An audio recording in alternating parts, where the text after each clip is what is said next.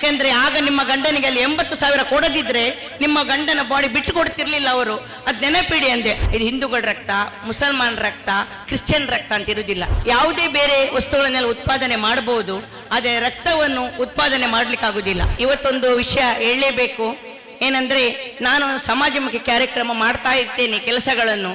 ಆ ಕೆಲಸ ಮಾಡುವಾಗ ನನಗೆ ಕೆಲವು ಜನ ನನ್ಗೆ ಹೇಳಿದ್ದಾರೆ, ಇದು ನಾನು ಈಗ ಇತ್ತೀಚೆಗೆ ನಡೆದ ಒಂದು ಘಟನೆ ನಿಮ್ಗೆ ಹೇಳಲೇಬೇಕು.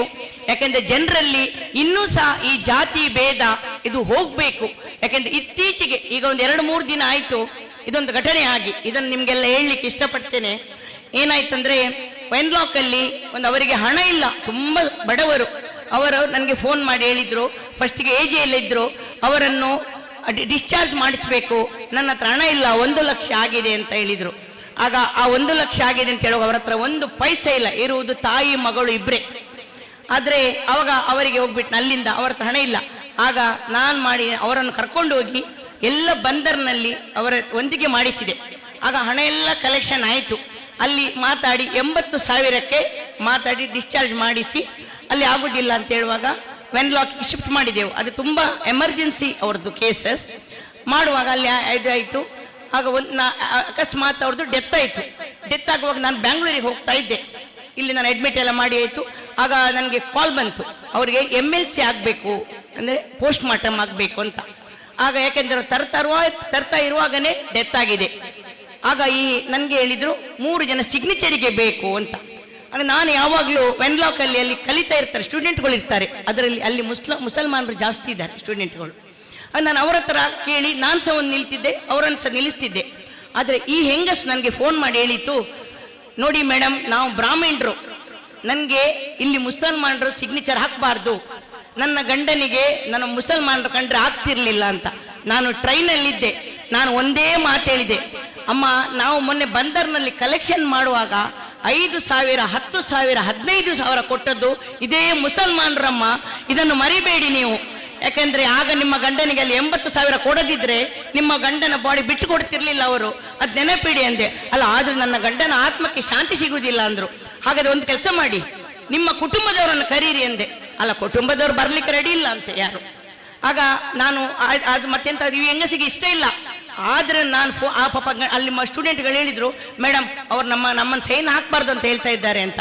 ಆಗ ನಾನು ಹೇಳಿದೆ ಹೆಂಗಸಿಗೆ, ನೀವು ಹೊರಗೆ ನಿಲ್ಲಿ, ಯಾಕಂದ್ರೆ ಸತ್ತ ನಂತರ ಆತ್ಮ ಅದು ದೇವರ ಹತ್ರ ಹೋಗ್ತದೆ, ಅದು ಎಲ್ಲರದ್ದು ಒಂದೇ ಆತ್ಮ ಅಮ್ಮ, ನೀವು ದಯಮಾಡಿ ಸುಮ್ಮನೆ ನಿಂತ್ಕೊಳ್ಳಿ.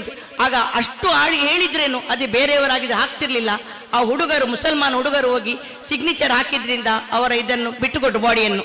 ಆಗ ಸಹ ಇನ್ನೊಂದು ಇನ್ಸಿಡೆಂಟ್ ಆಯ್ತು. ಈ ಹೆಂಗಸ ಹತ್ರ ಹಣ ಇಲ್ಲ, ಆಂಬುಲೆನ್ಸ್ ಕೇಳಿದ್ರಂತೆ, ಹೋಗಿ ಆಂಬುಲೆನ್ಸ್ ನಾನು ಹೇಳಿದೆ, ನನ್ನ ಹತ್ರ ಇರೋದು ಮುಸಲ್ಮಾನದ ಆಂಬುಲೆನ್ಸ್, ನನಗೆ ಫ್ರೀ ಕೊಡುದು SKS, ಇಲ್ಲೇ ನಿಂತಿದೆ ಆಂಬುಲೆನ್ಸ್. ನಾನು ಪ್ರತಿ ಸಲ ಫೋನ್ ಮಾಡಿ ಅವ್ರ ಹತ್ರ ಹೇಳುದು, ಇಲ್ಲಿ ನಮ್ಮ ಸಂಶೋಧಕರು ಇದ್ದಾರೆ, ಜೀನತ್ ಸಂಶೋಧೀನ್ ಅವರ ಗಂಡ, ಮತ್ತೆ ನಮ್ಮ ಸಂಶೋಧೀನ್ ಕಾರ್ಪೊರೇಟರ್, ಅವರಿಗೆ ಫೋನ್ ಮಾಡುದು. ಮಾಡಿದ ತಕ್ಷಣ ಆಂಬುಲೆನ್ಸ್ ಕಳಿಸ್ತಾರೆ. ಯಾವುದೇ ಯಾರಿಗೆ, ಹಿಂದೂಗಳಿಗ, ಮುಸಲ್ಮಾನರಿಗ, ಕ್ರಿಶ್ಚಿಯನ್ರಿಗೆ ಅಂತ ಕೇಳುದಿಲ್ಲ, ಅವರು ಕಳಿಸಿಬಿಡ್ತಾರೆ. ಅಲ್ಲಿ ಈ ಹೆಂಗಸಿಗೆ ನಾನು ಮೊದಲಿಗೆ ಹೇಳಿದೆ, ಆಂಬುಲೆನ್ಸ್ ಇರೋದು ಮುಸಲ್ಮಾನರದು, ಕೊಂಡೋಗ್ತೀರಾ ಅಂತ ಕೇಳಿದೆ. ಆಗ ಆ ಹೆಂಗಸ್ ಹಣ ಇಲ್ಲ, ಆಯ್ತು ಅಂತ ಆ ಹೆಂಗಸ್ ಅದರಲ್ಲೇ ಕುತ್ಕೊಂಡು ಬೋಳೂರಿಗೆ ಹೋದ್ರು. ಅಂದ್ರೆ ಇದನ್ನ ಇವತ್ತು ಯಾಕೆ ಹೇಳಿದೆ ಅಂದ್ರೆ, ಜನರಲ್ಲಿ ಇನ್ನೂ ಸಮೇತ ಈ ಜಾತಿ ಭೇದ ಎಲ್ಲ ಉಂಟು. ಆದ್ರೆ ಜನರು ಎಲ್ಲ ನಮ್ಮ ಜೀವ ಆತ್ಮ ಎಲ್ಲ ಒಂದೇ, ಎಲ್ಲರ ರಕ್ತ ಒಂದೇ.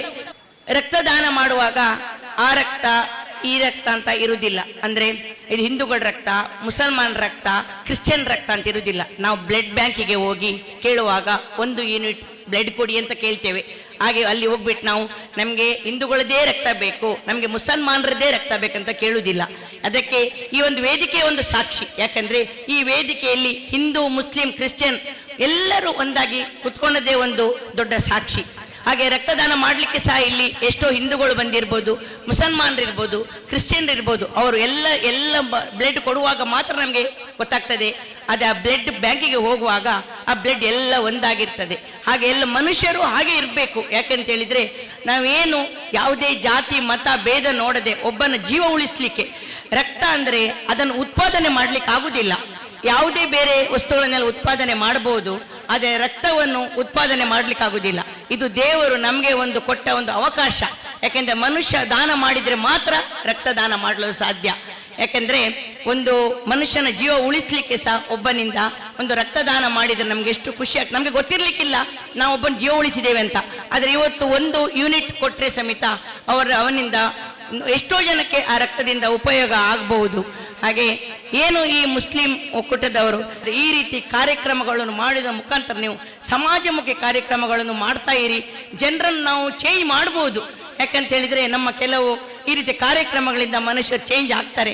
ಹಾಗೆ ನಾ ಈ ಮುಸ್ಲಿಂ ಐಕ್ಯತಾ ವೇದಿಕೆಗೆ ನನ್ನ ಶುಭಾಶಯಗಳು ಹೇಳುವುದೇನೆಂದ್ರೆ, ಇನ್ನು ಮುಂದೆ ಮುಂದೆ ನಿಮ್ಮ ಇಲ್ಲಿ ಈ ರೀತಿಯ ಸಮಾಜಮುಖಿ ಕಾರ್ಯಗಳು ನಡೆಸಲು ನಿಮಗೆ ದೇವರು ಶಕ್ತಿ ಕೊಡ್ಲಿ. ಹಾಗೆ ಇನ್ನು ಮುಂದೆ ಸಹ ಒಳ್ಳೆ ಎಷ್ಟು ಜನರ ಜೀವವನ್ನು ಉಳಿಸುವ ಈ ರೀತಿ ರಕ್ತದಾನ ಶಿಬಿರ ಪ್ರತಿ ವರ್ಷ ಇದು ಮೊದಲನೇ ವರ್ಷ. ಹಾಗೆ ಈ ಒಂದು ಕಾರ್ಯಕ್ರಮ 25 ವರ್ಷ, 50 ವರ್ಷ, 100 ವರ್ಷ ಆಗಿ ಎಷ್ಟೋ ಜನ ಬಂದು ಇಲ್ಲಿ ರಕ್ತ ಕೊಟ್ಟು ಪ್ರತಿಯೊಂದು ಜೀವ ಉಳಿಸುವ ಹಾಗೆ ಆಗ್ಲಿ.